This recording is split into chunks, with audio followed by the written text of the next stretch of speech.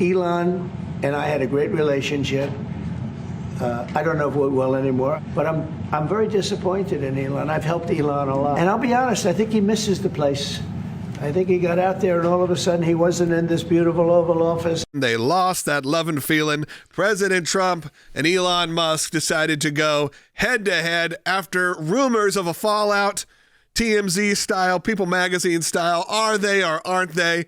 And now we have heard that the White House currently right now is saying that Elon Musk would like to speak to President Trump. And currently President Trump is saying, not that interested in talking to you right now. After, if you really look, you have to be a little bit discerning because even Will sent me some fake news. Thanks, Will. I was just sending you funny memes. I can't help that you the problem is, weren't discerning enough. You don't know what's real. That's fair. You don't know what's real when Elon Musk, who again, I think is a brilliant person and an absolutely amazing person in terms of the technological achievements that he has made, what he has actually done for our lives in terms of all the different systems that he has done. So I'm not taking any of that away from him.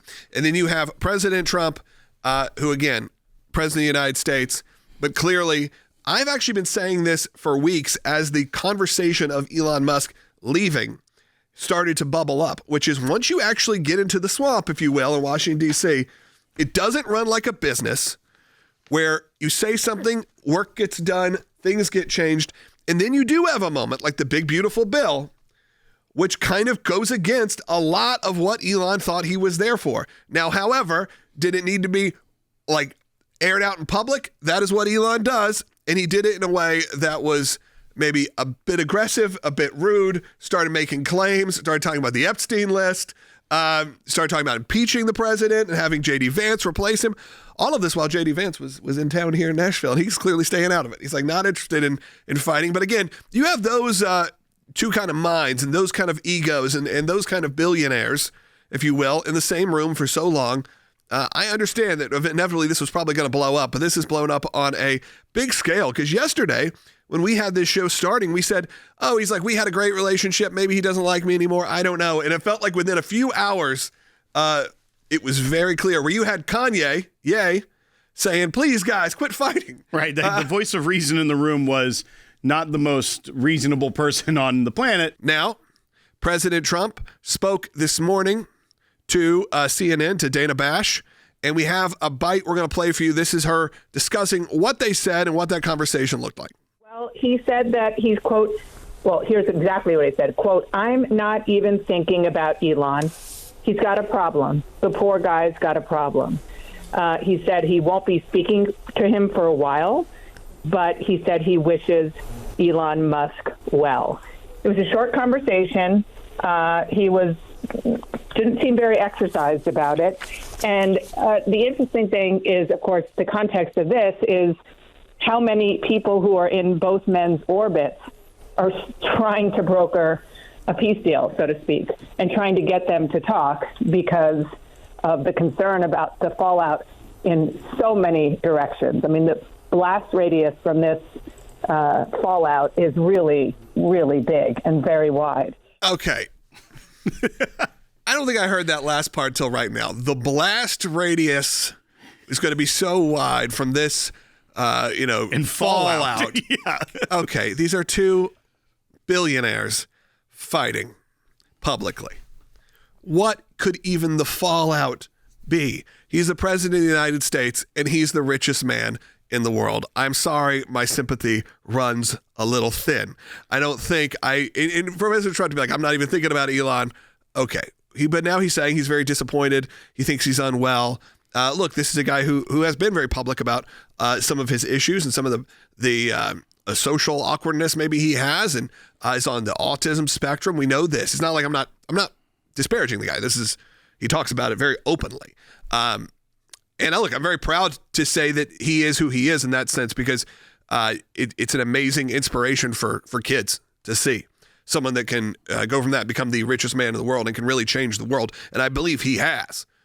From Starlink to SpaceX to Tesla to, you should go back to PayPal and eBay and all of the things that he has touched over the last 30 years. Really impressive guy.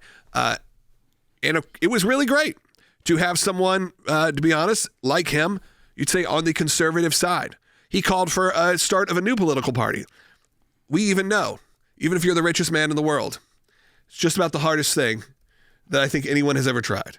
Every time they flirt with a third party, unfortunately, it falls apart because the machine, just like he probably learned, the machine in Washington, D.C. Has very few winners. Well, and here's another way also to look at this is it's kind of when you have the richest man in the world that's able to, buy a company on a whim to make it a free speech platform or send rockets into Somewhat space. as a joke, yeah. What is one of the most frustrating things probably in the world? The bureaucracy in 100%. Congress, everything that is about the way that DC works today is what would frustrate someone who is able to achieve that greatness. And when his goal was to come in and eliminate waste and try to balance the deficits and try to tackle the debt issue that the United States have, we really can understand a little bit why that frustration could bubble over when something like the big, beautiful bill seems at odds with what he had been working for. Yeah. Now, the other part of that is that when you are in business and you have the luxury of being able to fire people at will, get rid of departments if you need to. Very different. You can do those things because there isn't the checks that are on the government. The entire reason a big, beautiful bill is happening is because it has to be done through reconciliation. Because our system is so broken, you can't get a straight bill through the Senate because of the filibuster.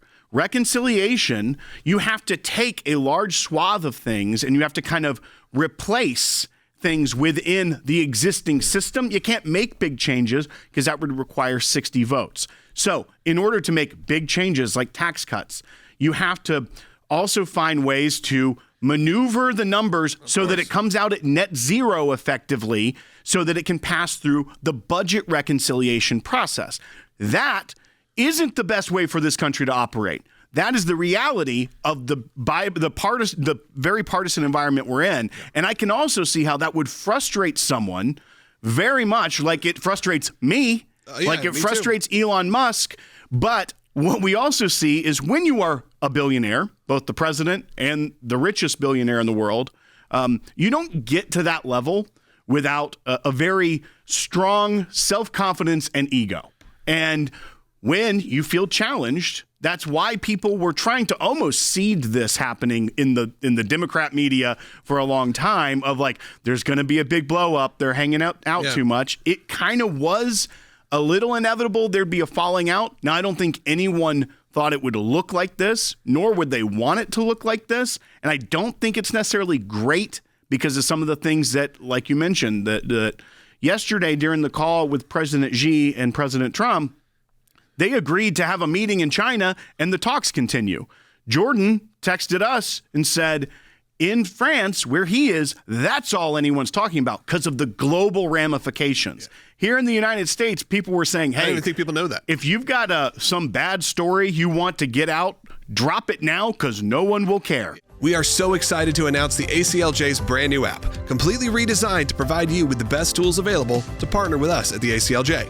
You can watch the daily Seculo program, sign the petitions, customize your ACLJ membership experience, donate with the click of a button, and receive up-to-the-minute critical updates that the mainstream media can't censor.